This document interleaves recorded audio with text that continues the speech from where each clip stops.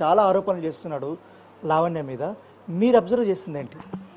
అతను హేతుబద్ధమైనటువంటి ఆరోపణలో ఆధారభూతమైన ఆరోపణలు చేస్తే నేను కాదు, ఒకవేళ రాహుల్ రస్తోగి గారు కానీ హరీష్ సాల్వే గారు వచ్చినా కూడా ఈ కేసుని ఏవి చేయలేరు. ఈ రకమైనటువంటి గాయాలకు ఆ పిల్లని లోన్ చేసిన తర్వాత, ఈ రకమైనటువంటి గాయాలకు సంబంధించి ఆ అమ్మాయి బాధలు పడ్డ తర్వాత బూతులు తిడుతుంది అంటే, ఈ రకమైనటువంటి గాయాలు, ఈ రకమైన గొడవలో 11 సంవత్సరాల జీవితాన్ని దుర్భరం చేసి ఆ అమ్మాయిని కడుపులు భయం చేసి ఆ అమ్మాయి హాస్పిటల్ మయమై ఆ అమ్మాయి ప్రెగ్నెన్సీలు తీయించుకుందో మిస్క్యారేజ్ అయిందో, ఈ రకమైనటువంటి పరిస్థితులు రిపోర్ట్లు పోలీసులు సబ్మిట్ చేసిన తర్వాత దర్యాప్తు చేయరంటారా?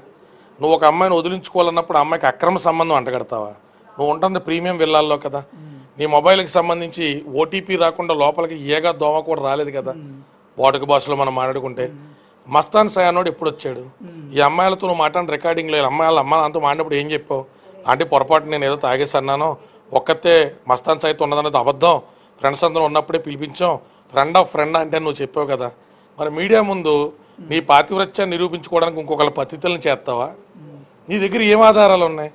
నా కళ్ళ ముందే మస్తాన్ సాయి, లావణ్య కానీ డ్రగ్స్ తీసుకునేటోళ్ళు చాలా అసభ్యరీతంగా కూడా ప్రవర్తించేటోళ్ళు అనేసి మీడియా ముఖ్యంగా చెప్పాడు ఆయన. చాలా సింపుల్ లాంగ్వేజ్లో మాడుతున్నాను సార్, దీంట్లో పెద్ద గ్రీకు లాటిన్ లేదు. నీ ఇంటికి మస్తాన్ సాయి ఎప్పుడు వచ్చాడు? నీ ఇంటి సీసీటీవీ ఫుటేజ్లు మా దగ్గర ఉన్నాయి. నీ దగ్గర ఉన్నటువంటి ఒక్క ఆధారమైన మస్తాన్ సాయి ఈ అమ్మాయి డ్రగ్స్ తీసుకున్నా నిరూపించగలుగుతావా? మీ లీగల్ కౌన్సిల్ ద్వారా ఈ అమ్మాయి డ్రగ్ అడిక్ట్ అని ఏదన్నా నీకు తెలిసిన హాస్పిటల్లో బ్లడ్ టెస్ట్ చేయించే దమ్ముందా?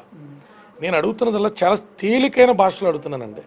మస్తాన్ సాయి అన్న క్యారెక్టర్ నువ్వు తెర మీదకి తెస్తే, ఈ అమ్మాయి బూతులు తిట్టినటువంటి నువ్వు లీకులు చేస్తే, నిన్న మేము లీగల్ నోటీస్ ఇస్తే యూట్యూబ్ ఛానల్లో మాకు చెప్పారు, మా పిఆర్ఓకి నేరుగా ఇతనే పంపించాడా క్లిప్పులు పే చేయమని మా మీద ఒత్తిడి తెచ్చాడు అని. ఆ రికార్డింగ్లు పోలీసు వాళ్ళకి వినిపించాం.